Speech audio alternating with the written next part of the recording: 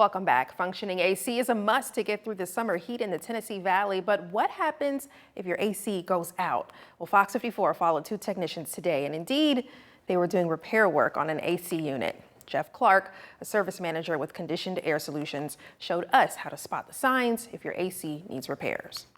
If you notice the motor's not running or it's humming, you can notice humming sounds, you can go ahead and shut the power off to the unit and give the heating and air conditioning contractor a call. You can look for moisture and water around the units for the drain lines, drain pans, safety pans. Shouldn't have water in them. You shouldn't see water standing around your units at all.